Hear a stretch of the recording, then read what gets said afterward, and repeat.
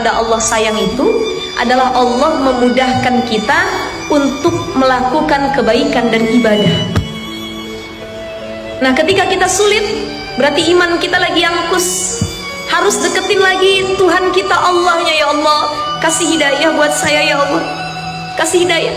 Kata Imam Al-Ghazali, hidayah itu ada 3 tingkatan, ibu-ibu. Ada 3 tingkatan hidayah menurut Imam Al-Ghazali. Jadi orang yang bisa sholat tepat waktu, di awal waktu, dia takut meninggalkan sholatnya, bahkan dia takut ketika sholatnya sudah habis waktunya. Ini orang-orang yang kurang lebih dapat rahmah dari Allah, dapat hidayah dari Allah. Ya, 3 tingkatan hidayah menurut Imam Al-Ghazali. Yang pertama, hidayah yang paling pertama adalah wahadainahun najdain, itu dalam surah Al-Balad ayat 10 ya. Hidayah pertama yang dimiliki oleh seorang hamba, tingkatan yang paling rendah ini, paling rendah. Orang tandanya dapat hidayah, kata Imam Al-Ghazali, tingkatan paling rendahnya adalah tatkala dia mampu memahami antara perkara yang baik dan buruk, dia dapat hidayah. Ini tingkatan paling rendah, paling rendah. Nanti ada tingkat kedua, ada tingkat ketiga. Ya. Wahadainahun najdain, kata Allah, kami tunjukkan jalan. Ya, 2 jalan kalian tahu, imma syakiro au imma kafuro. Ada jalan orang bersyukur, ada jalannya orang kufur. Ada jalan kebaikan, ada jalan keburukan. Udah bisa bedain, tamyiz, mumayyiz. Maka kalau ibu-ibu bisa membedakan ini baik atau buruk, berarti kita lagi dapat hidayah dari Allah. Itu, ya. Ada orang nggak pakai jilbab, nggak nutup aurat. Ketika dia ketemu sama orang-orang yang udah nutup aurat, ya dia nggak pakai kerudung, dia nggak pakai jilbab, mungkin pakaiannya tadi you can see leg bone atau terbuka ya. Dia muncul perasaan dalam hatinya, ya Allah, saya juga pengen menutup aurat. Saya paham, kayaknya membuka aurat ini nggak baik ya Allah.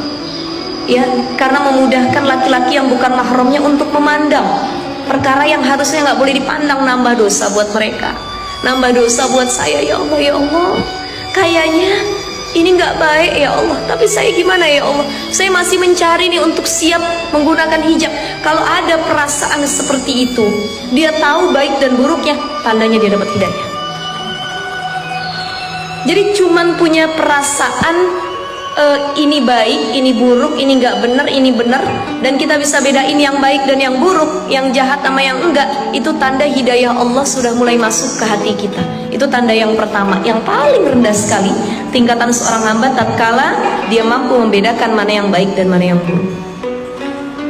Yang kedua, kata Imam Al-Ghazali, naik tingkatan yang kedua. Apa tingkatan hidayah yang kedua bagi seorang hamba?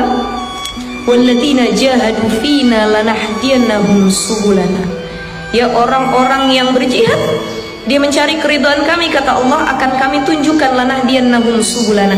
Kami tunjukkan kepada mereka jalan-jalan kami. Artinya, tingkatan kedua orang yang dapat hidayah Allah adalah mereka yang mulai tertarik dengan ilmu. Ada cahaya ilmu yang mereka butuhkan, plus mereka mulai ingin beramal solih. Yang ketiga,